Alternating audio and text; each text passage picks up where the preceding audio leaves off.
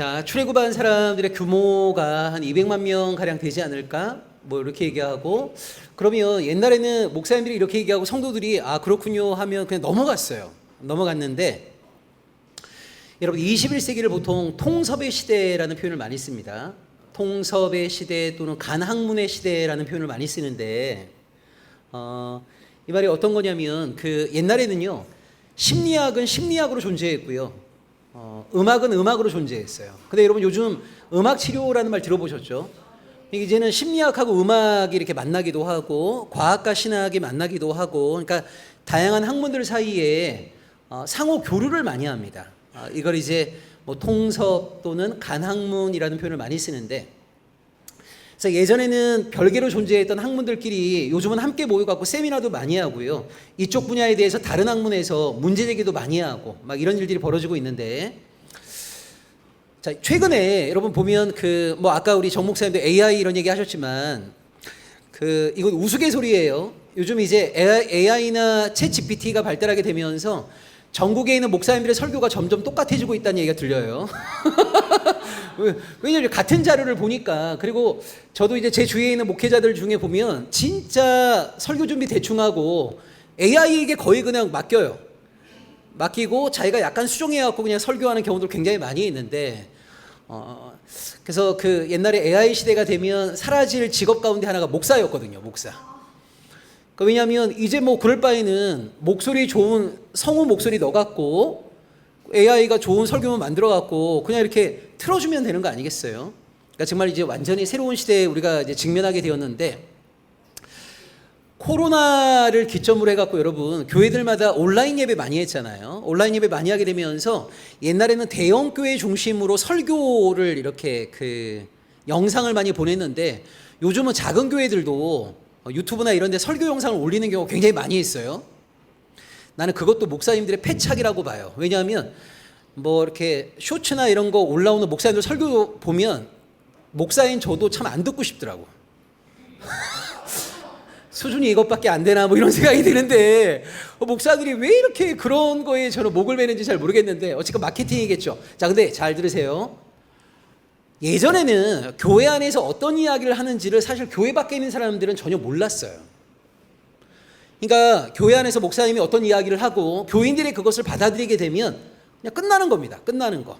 자, 그런데 요즘은 영상이나 등등의 매개를 통해 갖고 교회 안에서 어떤 이야기를 하고 있는지를 교회 바깥에 있는 사람들도 많이 접하게 된 거예요. 자, 그러면 여러분 아까 우리가 읽었던 출애굽기 12장 37절을 가지고 어떤 목사님이 이렇게 얘기한다고 생각해 보세요. 여러분 출애굽할 때 보행하는 장정만 60만 명이었고 여인들 아이들까지 포함하게 되면 200만 명 정도가 나온 겁니다. 그러면 그냥 교인들이 아멘 이런단 말이에요.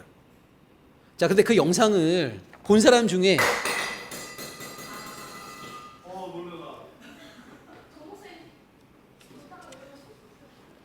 와, 근데 지금 타이밍이 기가 막혔던 게 그 영상을 본 사람 중에 제가 강의안을 이렇게 들었거든요. 딱 강의안을 드는 순간 딱 떨어져요. 야, 야, 너무 기가 막히다. 아니 제가 행동하는 걸 보고 계시다가 딱 떨어뜨린 거죠. 내가 이걸 드는 순간에. 이야. 자, 보세요 여러분. 출애굽한 사람들의 규모가 200만 명입니다. 이렇게 얘기하는데 그 영상을 보는 사람들 중에 인구학자들이 있는 거예요. 여러분 인구학자들은 아주 옛날부터 인구의 변동을 막 면밀하게 연구하는 사람들 아니겠어요? 자, 성경의 출애굽했다라고 하는 것을 보수적으로 보면요 주전 15세기에 출애굽을 한 거예요. 여러분 신학에도 보수가 있고 진보가 있거든요. 그럼 예를 들자면 우리나라에서 장로교 안에 좀 보수적인 신학교 그러면 합신, 고신, 총신 이런 데가 보수적이에요. 장신, 한신 이런 데가 조금 진보적이에요. 그럼 예를 들자면 똑같은 출애굽을 얘기해도 보수적인 총신은요 주전 15세기에 출애굽했다고 그래요. 진보적인 장신은 주전 13세기에 출애굽했다고 그래요. 그러니까 보수하고 진보 사이에 한 200년 정도 출애굽 연도가 달라요. 그럼 여러분 출애굽이 언제 일어났는지 이게 다르다는 말은 뭐냐면 근데 이 보수하고 진보가 합의를 보는 시점이 언제냐면 사울 왕이 왕이 되었을 때가 주전 1050년 경으로 봐요. 이때부터 같아요. 그러면 뭐가 달라지는 거냐면 주전 15세기에 출애굽을 했고 사울이 1050년에 왕의 등극을 했다 그러면은 보수 신학은요 사사시대가 그만큼 긴 거예요. 근데 진보 신학은 13세기에 출애굽을 했고 11세기 중반에 사울이 왕이 된 거니까 사사시대가 아무리 길어도 200년도 안 되는 거예요. 다르죠 요게. 자, 그런데 그러니까 보수 신학은 주전 15세기에 출애굽했다고 보고 진보 신학은 주전 13세기에 출애굽했다고 본단 말이에요. 근데 인구학자들이 뭐라고 하냐면 이렇게 얘기합니다. 주전 15세기가 됐건 13세기가 됐건 간에 그 당시에 이집트 전체 인구가 100만 명이 안 될 거라고 봐요. 그럼 이제 어떤 문제가 벌어지냐면 아니 이집트 땅에 있었던 인구 전체가 100만 명이 안 되는데 200만 명이 나왔다. 이해가 돼요? 여기가 이제 딱 문제가 되는 거예요. 마치 여러분 이거는 뭐랑 똑같은 거냐면 2030년에 대한민국에서 1억 명이 탈출했다는 말과 똑같은 거예요. 우리 인구가 5천만 명 조금 넘는데 1억 명이 나왔다고 말이 안 되잖아요. 아니 이집트 인구 전체가 100만 명인데 200만 명이 출애굽했다 그러면 말이 안 되는 거잖아요. 그리고 만약 여러분 200만 명이 출애굽했다 그러면은 예를 들자면 홍해를 건넜다라고 할 때에도 여러분 200만 명이 홍해를 몇 시간 안에 다 건너려면 도대체 홍해가 어느 정도 갈라져야 되는 거예요? 지리학자들은 또 이런 질문합니다. 이스라엘이 출애굽하고 나서 시내산에서 1년을 머물 거거든요. 지리학자들 뭐라고 질문하냐면 근데 시내산에 200만 명이 1년 동안 머물 만한 공간이 있어? 이렇게 질문해요. 그러니까 우리는 쉽게 얘기하자면 한 번도 생각 안 했던 거예요. 당연히 시내산에서 1년 머물렀다고 하니까 거기 200만 명이 1년 동안 있었겠지 이렇게 생각하는데 지리학자들은 근데 시내산에 200만 명이 머물 만한 공간이 있나? 이거 한 번도 생각 안 했던 질문이 쑥 들어와요. 그 다음에 이스라엘이 40년 동안 계속 행진을 하잖아요. 행진. 그럼 여러분 군사 전문가들이 있어요. 그 군사 전문가들이 또 행군 전문가들 아닙니까? 그러면서 이렇게 얘기합니다. 200만 명이 행군을 했다. 그러면 그 사람들 말이에요. 이집트를 제일 먼저 나온 사람이 가나안 땅에 첫 발을 내디뎠을 때에 반 이상은 여전히 이집트에 있다는 거예요. 왜냐하면 여러분 그 10,000명만 행군을 해도 그 길이가 엄청나거든요. 그러니까 이게 무슨 말이냐면 간학문 시대가 되면서 그동안 생각도 못했던 다양한 학문 분야에서 온갖 질문들이 쇄도하기 시작한 거예요. 자, 그런데 여러분 이거 잘 보세요. 신앙과 신학은 다른 겁니다. 그러니까 신앙이라고 하는 것은요, 내가 믿고 싶은 거예요.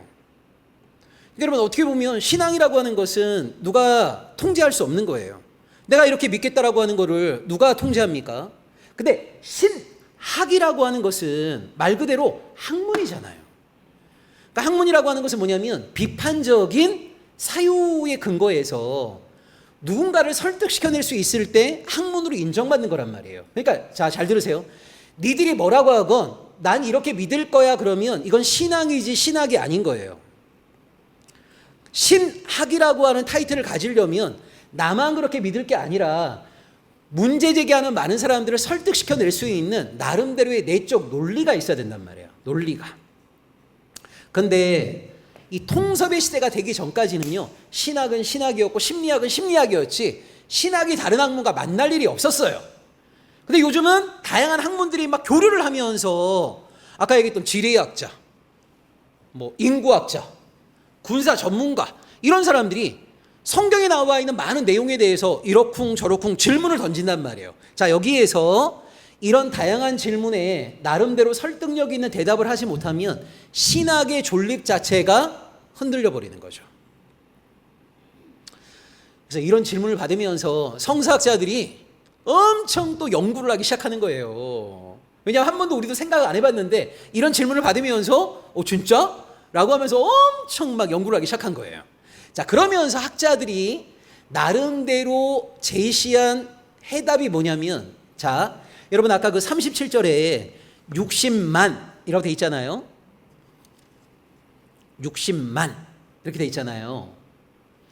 근데 여러분 성경에서 혹시 이렇게 60만 이라고 되어 있으면 히브리어 원문에 어떻게 되어 있을 거라고 생각하세요? 우리가 흔히 생각하는 거죠. 우리가 오늘날 여러분 60만 하게 되면 6, 00, 000 해갖고 아라비아 숫자로 우리는 60만을 쓰잖아요. 이렇게. 그러면은 히브리어 성경에도 아라비아 숫자로 숫자가 기입되지 않았을까라고 생각이 쉬운데 여러분 잘 들으셔야 됩니다. 히브리어나 헬라어는요. 아라비아 숫자로 수를 표기하지 않고 알파벳 자음으로 수를 표기합니다. 그러니까 우리나라로 얘기하자면 기역 1이에요. 니은 2예요. 그러면 10번째 나오는 자음이 10이 되겠죠. 11번째 나오는 자음은 20이 되는 거예요. 그래서 그게 90까지 갔다가 그 다음 나오는 자음은 100이 되는 거예요. 100 이런 식으로. 그러니까 이 자음이 수의 기능을 나타내요. 이걸 뭐라고 하냐면 게마트리아라고 합니다. 게마트리아. 그러니까 히브리어나 헬라어나 그 당시에 이 모든 알파벳 자음이 수의 기능을 겸했어요. 자, 그러면 우리 번역에서 60만이라고 할 때 이 60만은 어떻게 되냐면 600을 뜻하는 게마트리아하고 600, 그 다음에 엘레프란 단어가 붙어 있는 거예요. 600 엘레프예요. 600 엘레프. 그러니까 600이라는 게마트리아는 그 알파벳 자음을 가지고 600이라는 수를 우리가 해석을 해낸 거고, 근데 600이라는 단어 그 게마트리아와 바로 뭐가 붙어 있냐면 엘레프란 단어가 붙어 있는데, 이 엘레프란 단어가 보통 천의 의미가 있어요. 천. 그러니까 이제 어떻게 해석을 한 거냐면 600하고 천을 나타내는 단어가 붙어 있으니까 600하고 천을 곱한 거예요. 그러니까 600하고 천을 곱하니까 60만이 된 거예요. 60만이. 근데 아까 얘기했던 것처럼 이걸 60만으로 해석하게 되면 여인, 아이들을 포함하게 되면 200만이 넘을 거고, 그러면 그 당시 이집트 인구보다 숫자가 많은 건데 이런 문제가 벌어지게 된 거예요.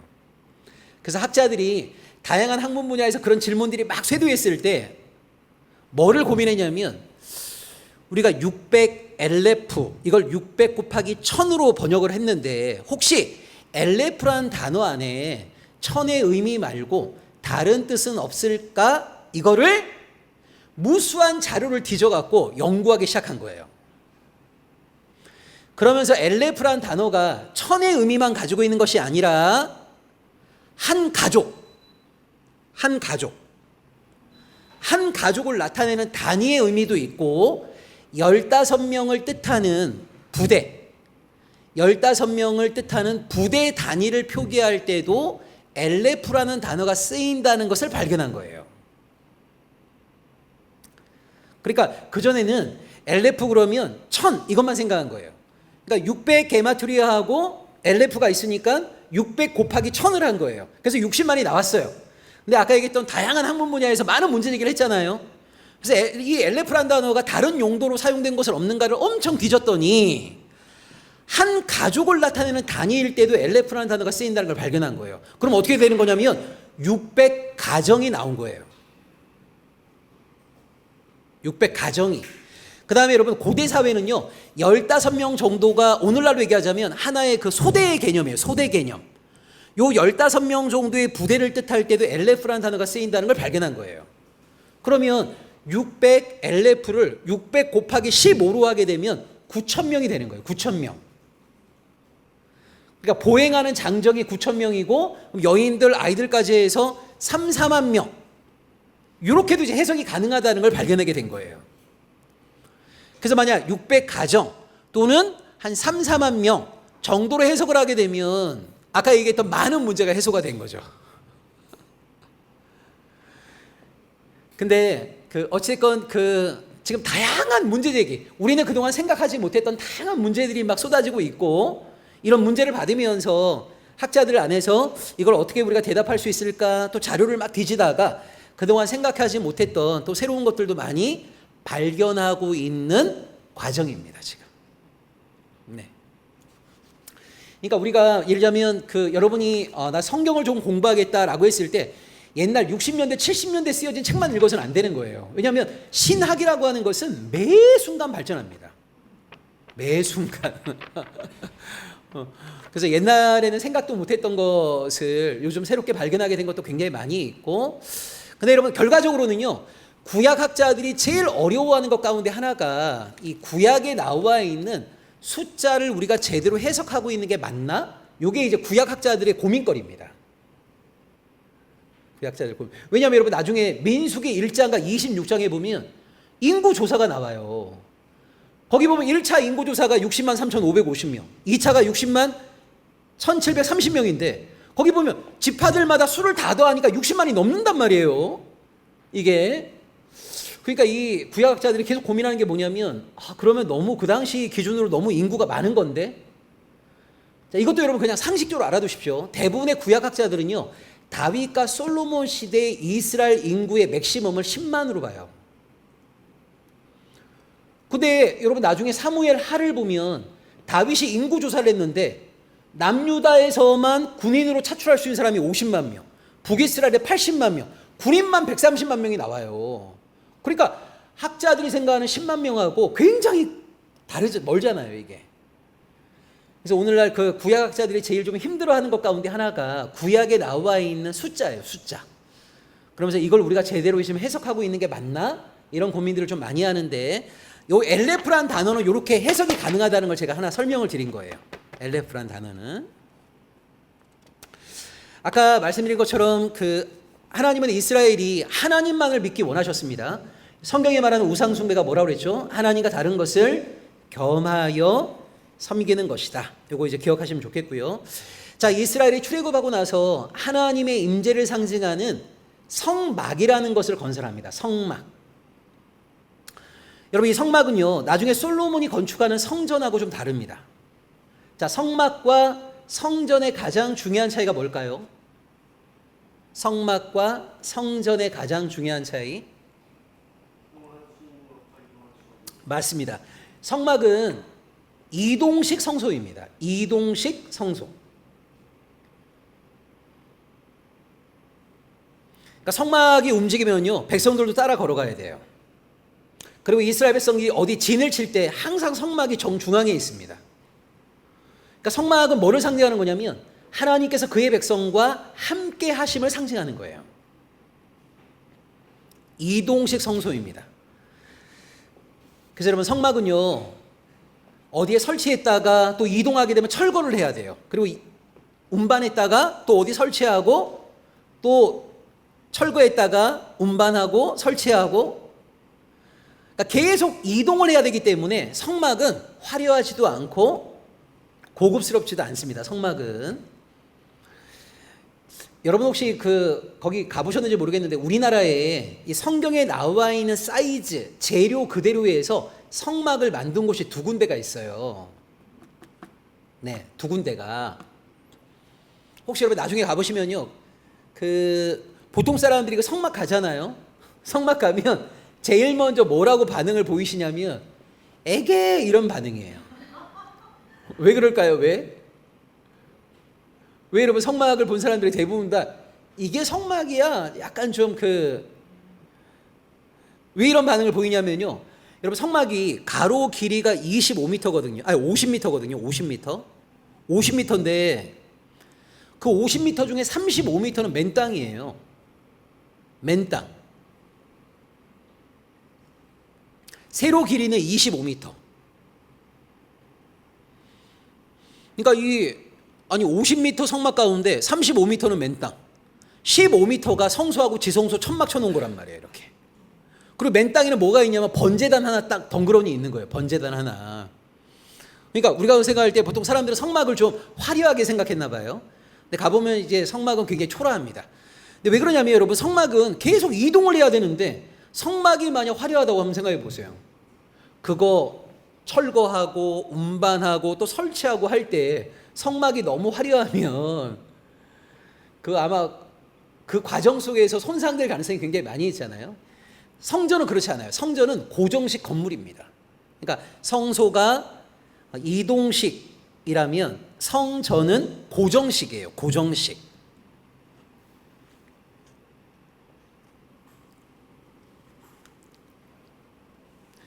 자, 여러분 나중에 솔로몬 시대에 이제 성전이 지어지게 되는데 이 성전이 딱 지어지게 되는 순간부터 이스라엘 공동체 안에 이상한 신학이 등장하기 시작합니다.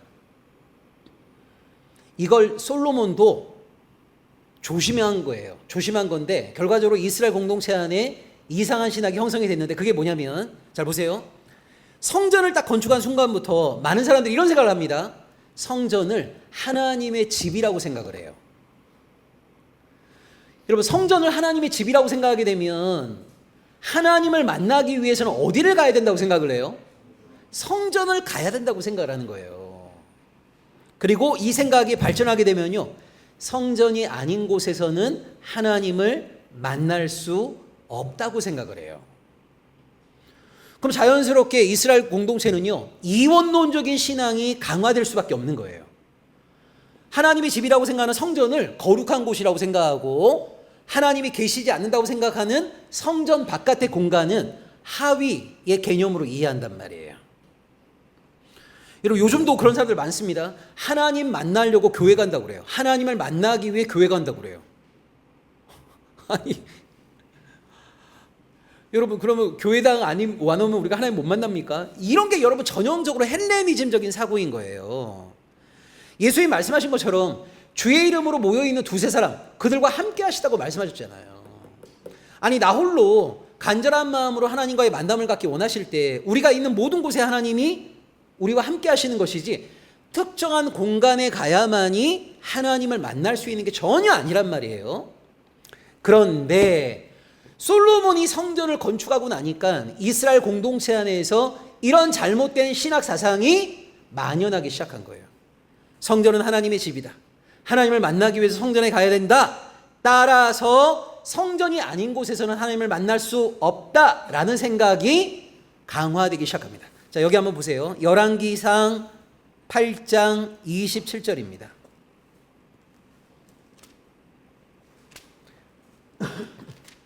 열왕기상 8장 27절.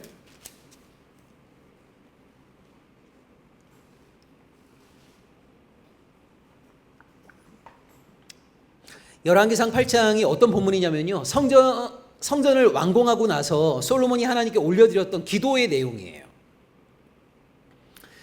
자, 솔로몬이 이날 뭐라고 얘기하는가를 잘 보세요. 27절입니다. 하나님이 참으로 땅에 거하시리이까 하늘과 하늘들의 하늘이라도 주를 용납하지 못하겠거든 하물며 내가 건축한 이 성전이오리이까. 여러분 이 말이 무슨 말이에요? 하늘과 하늘들의 하늘도 하나님을 용납할 수 없다는 거예요. 여러분 예를 들자면 하나님을 모실 수 있는 공간이 있다고 한다면 잘 보세요. 여러분 여기에 하나님을 모시고 있다라고 생각한다면 여기가 큰 거예요? 하나님이 큰 거예요? 여러분 성전이 하나님을 모시는 하나님의 집이라고 한다면 하나님이 큰 겁니까? 성전이 큰 겁니까? 성전이 큰 거죠. 아니 천지의 창조자 되신 하나님을 어디에 모실 수 있단 말이에요. 그러니까 솔로몬이 뭐라고 얘기하냐면 하늘과 하늘들의 하늘도 하나님을 모실 수 없다는 거예요. 하물며 내가 건축한 이 조그만 건물 안에 하나님을 모실 수 없다고 솔로몬도 말했다고요. 여러분 이걸 잘 기억하셔야 돼요. 우리 한국교회도 오늘날 성전 건축이라는 표현을 막 쓴단 말이에요. 성전 건축이라는 표현을 쓰면서 마치 성전이 하나님의 집인 것처럼 계속 교인들을 설득해내요. 그래서 교인들 중에 상당수는 건물로서의 성전이 마치 하나님의 집인 것처럼 착각을 많이 해요. 아니 여러분 성전을 건축한 솔로몬도 하늘과 하늘들의 하늘도 하나님을 모실 수 없다고 분명히 말했잖아요. 네, 질문.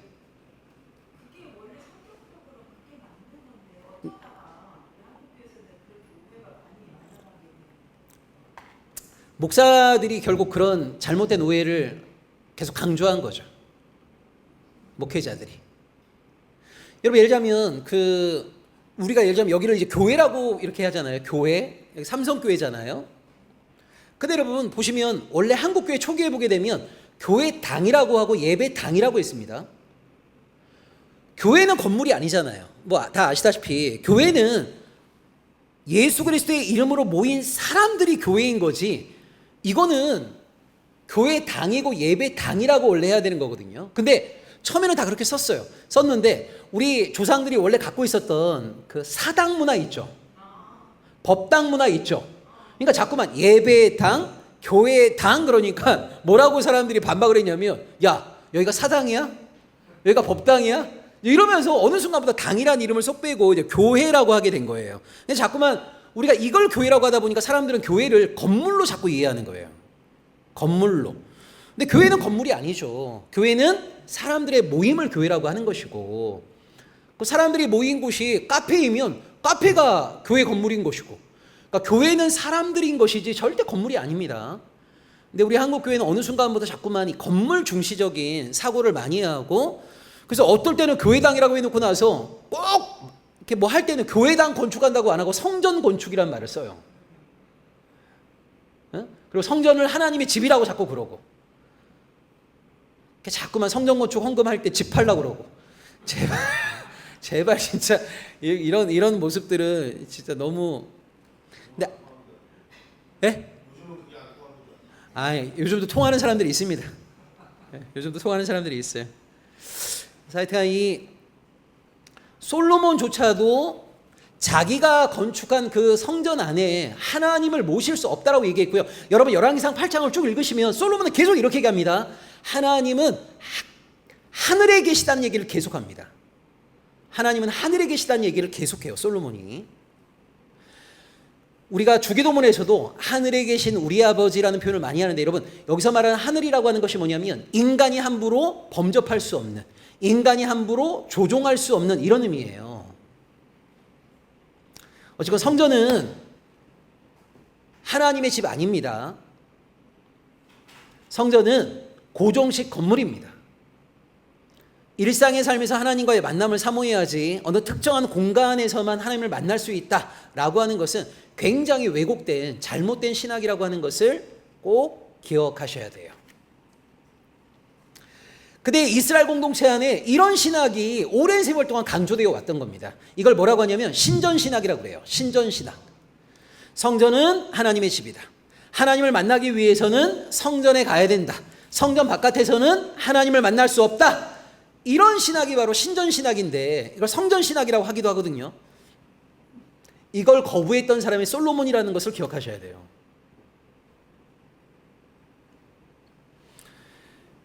근데 여러분 재미있는 게 사무엘상 26장 19절에 보시면요, 다윗이 사울에게 이런 얘기를 합니다. 뭐라고 얘기하냐면 사울의 추종자들이요 다윗을 자꾸만 이스라엘 바깥으로 쫓아내라는 거예요.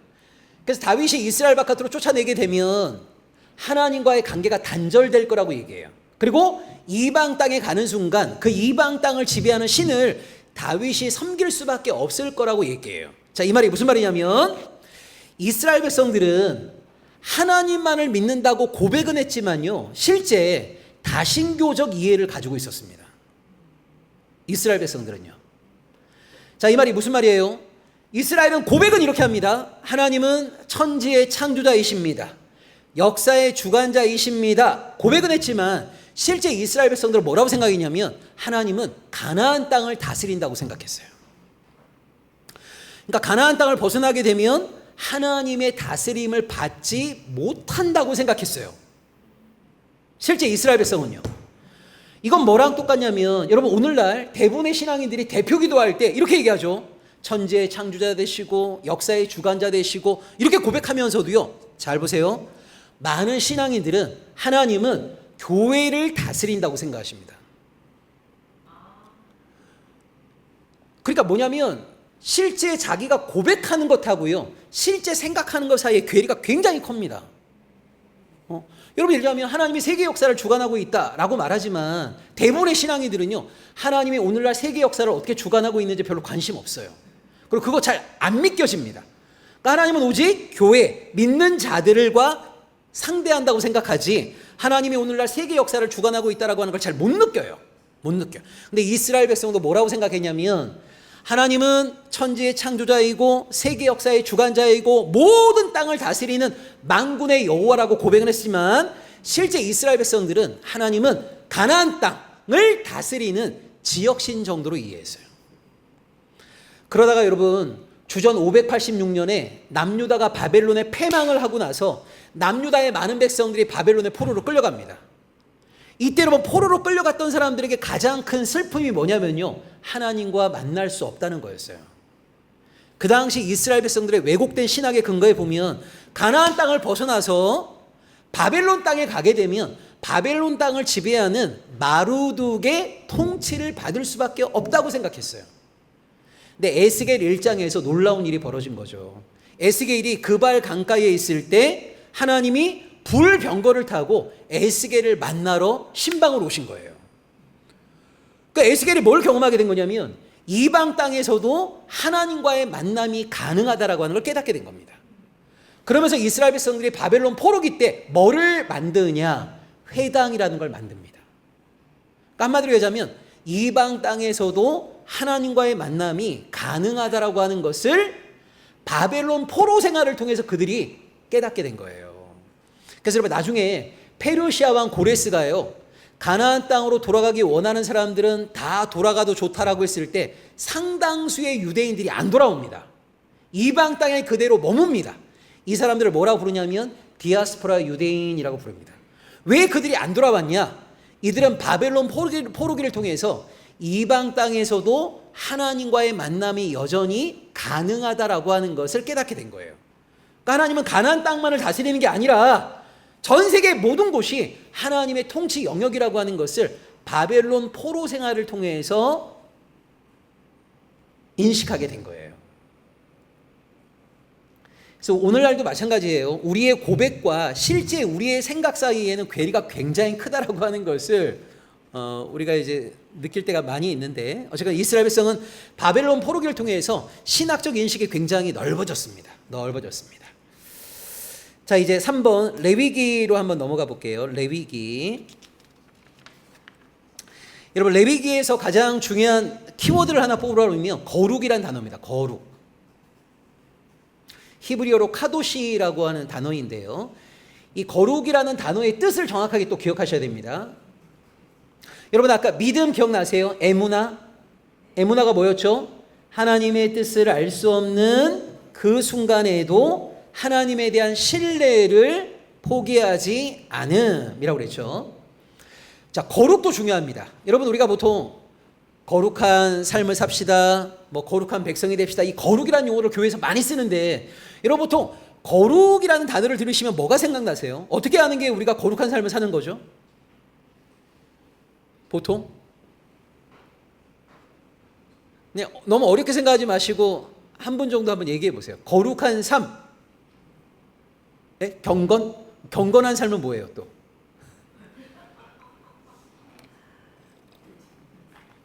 네? 예배 시간에 졸지 않는 삶?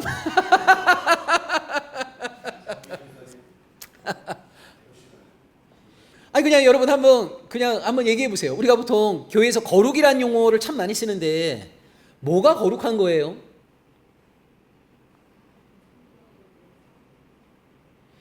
지금 아까 거룩 그러니까 경건 이렇게 말씀하셨죠. 야고보서에 보면 뭐를 경건이라고 하냐면요, 고아와 가부를 돌보는 걸 경건이라고 해요.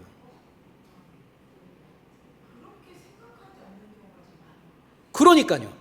그러니까 여러분 사실 보면 우리 한국 교회가 사용하는 단어 가운데 제가 하나만 좀 설명드릴게요. 여러분 금식 하시는 분들 가끔 있잖아요. 금식. 특히 우리 자매님들 같은 경우에는 사순절날 다이어트를 겸해서 금식 많이 하시잖아요. 사실은 다이어트인데 꼭 금식이라고 그래. 근데 여러분 대부분의 그 신앙인들이 생각하는 금식은 뭐예요? 음식을 드시지 않는 거잖아요. 근데 여러분 성경에 금식에 대한 유일한 정의가 어디 나오냐면 이사야 58장에 나와요. 거기 보면 뭐를 금식이라고 하냐면 이사야 58장 6절과 7절에 보면 배고픈 자에게 먹을 것을 주는 걸 금식이라고 해요. 여러분이 우리가 생각하는 거랑 완전히 다르죠? 우리는 금식을 내가 밥을 먹지 않는 걸 금식이라고 생각하는데, 여러분 이사야 58장 6절과 7절에 보게 되면 헐벗은 자에게 옷을 입히는 것, 잠잘 곳이 없는 자들에게 잠잘 곳을 제공하는 것, 배고파하는 자에게 먹을 것을 주는 것, 이걸 금식이라고 한다고요.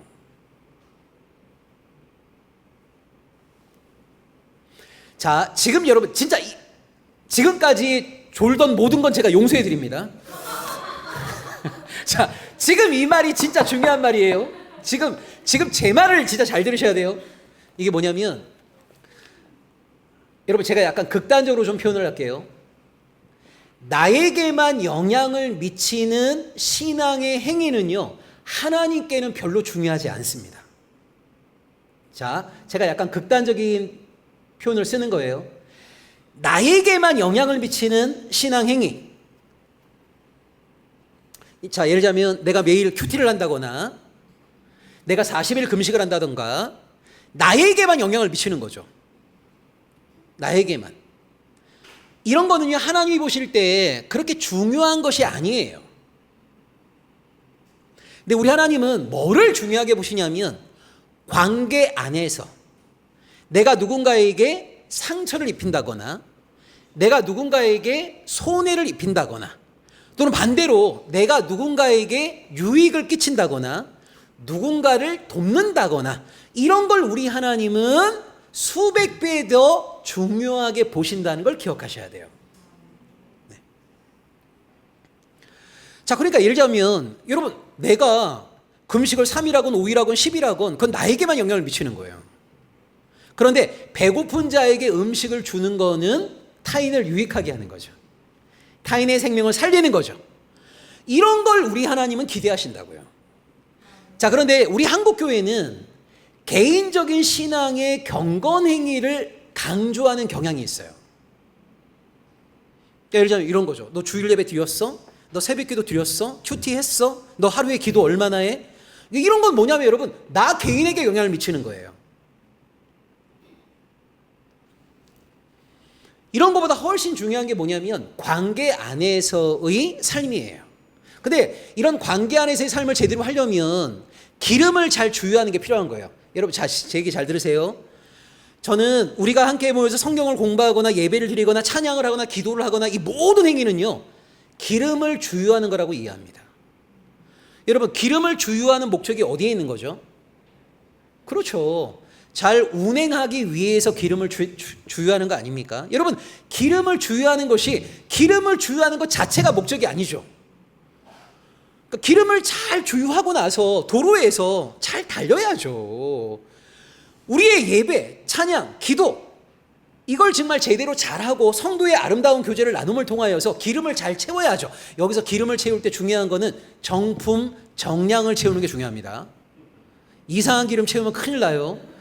정품, 정량을 잘 채우고 나서 결국 우리 신앙의 승부를 봐야 될 곳은 어디냐면 세상 한복판인 거죠. 사람들과의 만남인 거죠. 네. 네.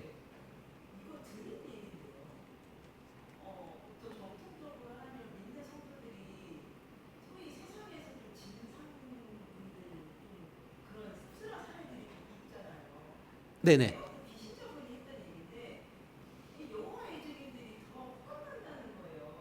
여호와의 증인들이 뭐 하다고요?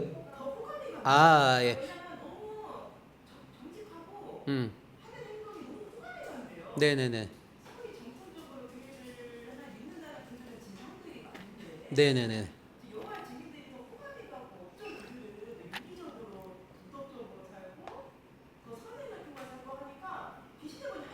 음.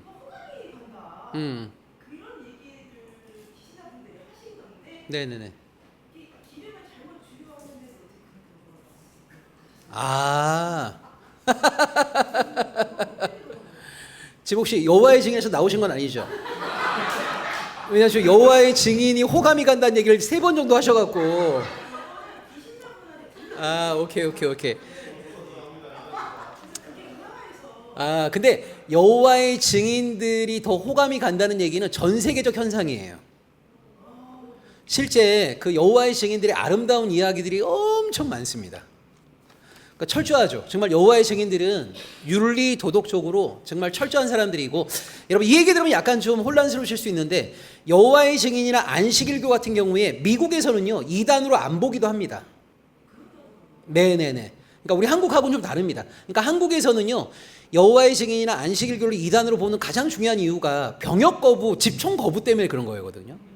수혈 금지 뭐 이런 것 때문에 사실 더 좀 그런 측면이 있었고, 근데 윤리 도덕적으로 보게 되면 그 사람들이 교리적으로 약간 아리우스주의자들이고 우리는 이제 아타나시우스의 주장을 약간 정통이라고 보는 건데, 결론적으로 보면 교리적으로는 우리가 올바른지 모르겠지만 윤리 도덕적인 삶에 있어서는 그들이 정통이고 신앙인들 중에 이단적인 삶을 사는 사람이 훨씬 많죠. 그러니까 교리적 이단이 있고 삶의 이단이 있는데 어찌됐건 간에 그 여호와의 증인들이 굉장히 윤리 도덕적으로 정직하게 살아가려고 애를 쓰는 거는 정말 우리가 좀 인정해야죠. 예. 저도 이제 그래서 길에서 그 여호와의 증인들이 그거 하잖아요. 예. 그래서 여호와의 증인들 만날 일 있으면 저도 수고하세요 이렇게 얘기해 줍니다. 근데 저는 다른 걸 떠나서 지금은 좀 달라졌어요, 여러분. 지금은 그 대체 복무가 되거든요. 근데 그거 아세요? 여호와의 증인들이 그 양심적 병역 거부가 법으로 통과되기 전까지 우리나라에서 약 3만 명 정도가 집총 거부 때문에 정말 감옥 생활을 많이 했잖아요. 근데 저는 다른 걸 떠나서 여호와의 증인이 정말 대단하다고 생각하는 게 뭐냐면 여호와의 증인 엄마하고 아빠가 아들이 태어나게 되면요, 엄마 아빠와 아이 모두가 만 18세 이상의 성인이 되면 3년 동안 감옥 갈 거를 다 각오하는 거예요. 여러분, 예를 들자면 오늘날 우리가 하나님을 믿는다고 해서 우리가 특별히 조심하거나 하나님을 믿는 것 때문에 기꺼이 어떤 핍박을 각오하는 게 있나요? 일반 크리스찬들이. 근데 여호와의 증인은 정말 저는 여기서 옳고 그름을 제가 말하려고 하는 게 아니라 부모들도 아들이 태어나게 되면 나중에 군대 갈 나이가 되면 집총을 거부하기 때문에, 여러분 왜 집총을 거부하는지 아세요? 초대교회가 집총을 거부했기 때문에 로마의 핍박을 받은 거예요. 그러니까 여호와의 증인이나 안식일교는요, 초대교회 정신을 그대로 계승하는 거예요. 근데 오늘날 일반적인 정통 교인들은 누가 군대 간다 그러면 사실 고민이 없잖아요. 잘 갔다 와 하면서 파송의 노래 막 불러주잖아요. 근데 여러분, 사실 초대교인들이 로마로부터 핍박받았던 중요한 이유 가운데 하나가 평화의 왕이신 예수를 믿는 자로서 사람을 죽이는 전쟁에 참여하지 않겠다는 거였거든요. 그러니까 여러분, 심지어 로마 군대가 집단적으로 예수를 믿으면요, 무기를 버리고 다 탈영했어요. 그러니까 왜 로마가 초대교회를 핍박했냐면 여러 이유가 있습니다. 식인종이라는 루머도 있었고, 근친상간이라는 루머도 있었고, 또 하나가 병역 거부라고요. 병역 거부. 근데 언제부터 기독교가 로마의 국교가 되는 순간부터 로마를 위해 충성하는 것이 하나님을 위한 충성으로 둔갑돼 버린 거예요. 그때부터 문제의식 없이 군대가 부르면 가버리게 된 거죠. 그런 의미에서 사실은 우리 한국교회에서는 그런 것도 진지하게 한번 논의해 본 적도 없는 거예요. 논의해 본 적이 없는데, 저는 정말 대단하다고 생각하는 게 뭐냐면, 어떻게 그래도 부모의 마음으로, 여러분 옛날에는 군대 가면 얼마나 많이 맞았어요. 근데 그 3년 동안 자기의 종교적인 신념 때문에 3년간의 감옥 생활을 견디고, 여러분 심지어 국정원의 보고에 따르면요, 하여튼 국가가 옛날에 진짜 폭력적이었던 게 3년 이제 감옥 갔다가 출소하는 날 1등 상사가 영장을 들고 총을 들고 출소하는 그 여호와의 증인 청년을 만나갖고 다시 영장을 제시하면서 총 잡아 이렇게 해요. 그럼 그 청년이 또 총 안 잡으면 3년. 그래서 여러분, 우리나라 현대사 기록에 보면요, 한 사람이 제일 오랫동안 감옥 생활하는 게 24년입니다. 24년, 22년, 20년. 그러니까 어떻게 보면 20, 30대의 청년의 시기를 감옥에서 자기의 종교적인 신념을 지키느라고 다 보낸 거예요, 다. 근데 저는 뭐 다른 걸 떠나서, 정말 평화의 왕이신 예수를 믿는 자기의 어떤 종교적 신념을 지키기 위해서 그런 고난을 기꺼이 감수했다라고 하는 것을 보면, 오늘날 우리가 신앙을 갖고 있다고 하지만 신앙생활을 하다가 조금만 힘들고 어려워도 막 신앙 다 포기하려고 하는 상황 속에서 정말 여호와의 증인은 우리가 정말 함부로 이렇게 넘기 어려운 사람들이다라는 그런 마음은 저도 갖고 있어요. 근데 여러분, 옛날에 뭐 잡지나 이런 데 보게 되면 여호와의 증인들이 막 뭐가 잘못돼 갖고 이 사람에게 어마어마한 돈이 왔는데 다 그거 막 돌려줍니다. 우리 같으면 하나님의 은혜인가? 막 이럴 텐데. 그러니까 그런 의미에서 하여튼간 전 세계적으로 여호와의 증인들이 얼마나 사람들이 깨끗하고 정직하고 진실한가, 이런 미담이 엄청 많아요. 아마 그 얘기를 그 불신자 어떤 분이 하신 것 같습니다. 예. 자, 거룩 이야기만 하나 하고 좀 넘어갈게요. 자, 아까 여러분 금식 기억나시죠? 성경이 말하는 금식이 뭐라고요? 내가 밥을 굶는 게 아니라 배고픈 자에게 먹을 것을 주는 거예요. 경건, 우리가 보통 경건한 예배 이런 식의 표현 많이 쓰잖아요. 여러분 야고보서 1장에 나오잖아요. 하나님이 기뻐하시는 경건은 세속에 물들지 않는 거예요. 오늘 대한민국 사회를 지배하고 있는 주류 문화, 주류 가치, 여기에 동화되지 않는 게 경건이에요. 또 하나 고아와 가부를 환난 중에 돌보는 거예요. 그러니까 우리가 흔히 생각하는 경건한 예배, 조용한 예배, 떠들지 않는 예배 이런 게 전혀 아니란 말이에요. 거룩도 마찬가지입니다. 여러분 거룩이란 말은요 1차적으로 경건하고 좀 의미가 비슷하네요. 거룩은 뭐냐면 주류 문화와 주류 가치에 동화되지 아니함 이런 뜻이에요. 자, 성경이 말하는 거룩의 1차적 의미는 주류 문화와 주류 가치에 동화되지 아니함이에요. 여러분 매 시대마다 그 시대를 지배하는 주류 문화가 있고 주류 가치가 있습니다. 거기에 동화되지 않는 게 거룩한 삶이에요. 자, 제가 볼 때 오늘 대한민국 사회의 가장 강력한 우상, 가장 강력한 신은요 학벌입니다. 여러분 최근에 혹시 뉴스 보신지 모르겠는데 여러분 강남의 대치동을 중심으로 한 학원에는요 7세 고시가 있다는 거 아세요? 7세 고시. 그 7살짜리 아이들 질문 대답 다 영어로 하게 해요. 그럼 여러분 이 7세 고시를 보려면 아이들이 몇 살 때부터 그 영어 교육을 하겠냐고요. 근데 그 비용이 얼마나 비싼지 모릅니다. 근데 어찌됐건 간에 기독교인이건 불교인이건 심지어 무교인이건 간에 오늘 대한민국 사회에서 가장 강력한 우상은요 학벌이죠. 그 어린 아이들을 어렸을 때부터 학벌이라는 경쟁터에 몰아놓고 거기에서 승리하기를 원하고, 그러니까 이게 여러분 하나의 주류 문화가 돼버렸단 말이에요. 주류 문화가 그게 주류 가치가 돼버린 거예요. 근데 거룩이라는 게 뭐냐면 모든 사람들이 걸어가는 그 길을 동참하지 않는 거예요. 다르게 사는 거예요. 쉽게 얘기하자면 성경이 말하는 거룩이란 말은 뭐냐면 주류 문화와 주류 가치에 동화되지 아니하고 다르게 살아감. 근데 여러분 이 다르게 살아가려면 엄청 용기가 필요한 거거든요. 그러니까 사람들이 저한테 그런 질문 많이 해요. 제가 한번 말씀드렸나요? 제가 세 아이가 있는데 저희 세 아이 모두가 무학이에요.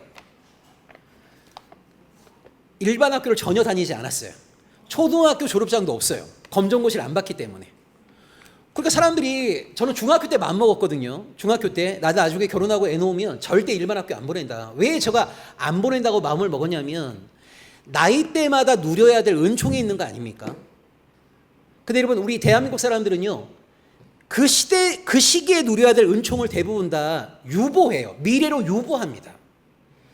그러니까 이 어린 나이 때는 사실은 들과 산으로 막 뛰어다니면서 친구의 소중함을 느껴야 될 때인데, 아이들은 그 사각의 교실에 들어가갖고 어렸을 때도 무한 경쟁의 이제 전사가 돼버리는 거죠. 근데 아이들이 행복을 언제로 유예하냐면 좋은 대학 들어가고 나면. 좋은 대학 들어가면요 좋은 직장 들어갈 때까지, 좋은 직장 들어가면요 좋은 배우자 만날 때까지, 배우자 만나면요 애가 클 때까지, 애가 크면요 노후에. 나중에 노후에 다 즐기려고 하다가 노후 되면 이빨도 다 빠지고 관절도 다 안 좋고. 그러니까 이 대한민국 사람들의 일반적인 어떤 삶이라고 하는 게 미래의 모든 행복을 다 유예해버린단 말이에요.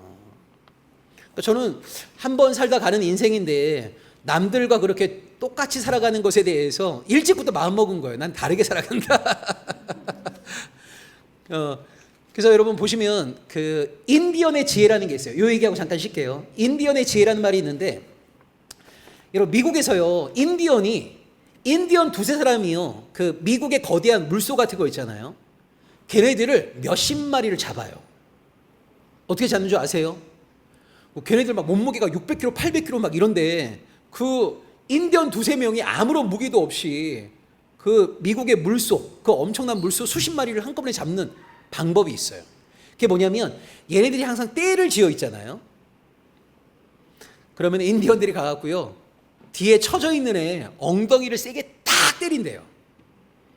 그러면 엉덩이를 맞은 애가 뛰는 거예요 막. 그럼 물소 얘네들이 눈이 크거든요. 그럼 어떤 애가 막 뛰잖아요. 눈이 크니까 옆에 뛰는 게 보이니까 얘가 뛰는 걸 보는 순간 같이 뛴대요, 그냥. 같이. 근데 인디언들이 어느 방향으로 얘네들을 뛰게 만드냐면 절벽. 그 옆에 애가 뛰니까 야, 맹수가 쫓아오나 보다 생각하고 막 뛰는 거예요, 그냥. 근데 나중에 뛰다 보면 절벽인데 멈추지를 못해갖고 떨어져 죽는 거예요. 그걸 잡는 거예요. 그러니까 이게 참 보면 제가 볼 때는 이 물소나 뭐 버펄로의 모습이 사실은 일반적인 우리 삶의 모습인 거죠. 남들이 하면 안 하면 불안하니까 남들이 하면 나도 해. 근데 사실 세상이 그런 사람들의 두려움을 이용해 갖고 그런 어떤 주류 문화, 주류 가치에 동화되지 않으면 야, 너 어떻게 먹고 살려고 이런 식의 어떤 이야기를 통해 갖고 자꾸 동참하게 만든단 말이에요. 근데 여러분, 성경이 말하는 거룩의 1차적 의미가 뭐냐면 주류 문화와 주류 가치에 동화되지 아니하는 삶이에요. 왜 동화되지 않냐? 하나님께 소속된 자이기 때문에 그런 거예요. 인생의 주인이 다르기 때문인 거예요. 여러분 보세요. 인생의 주인이 하나님인 사람과 인생의 주인이 만몬인 사람이 어떻게 똑같은 삶을 살아갈 수가 있겠습니까? 사실 여러분, 주인이 다르면 삶의 내용도 달라야 되는 거 아닙니까? 그러니까 그런 의미에서 사실은 거룩이라고 하는 것이 신앙인들의 삶 속에서 많이 만들어지고 이렇게 하나의 어떤 문화가 창조되고 해야 되는데, 안타깝게도 오늘날 일요일 날 어디서 예배드리냐만 다를 뿐 대부분의 신앙인들조차도 대한민국 사회가 만들어 놓은 주류 문화와 주류 가치로부터 자유하지가 못한 거예요. 그래서 여러분, 일단 개념이라도 정확하게 기억하시면 좋겠습니다. 성경이 말하는 거룩이라고 하는 것은 주류 문화와 주류 가치에 동화되지 아니하는 삶이다.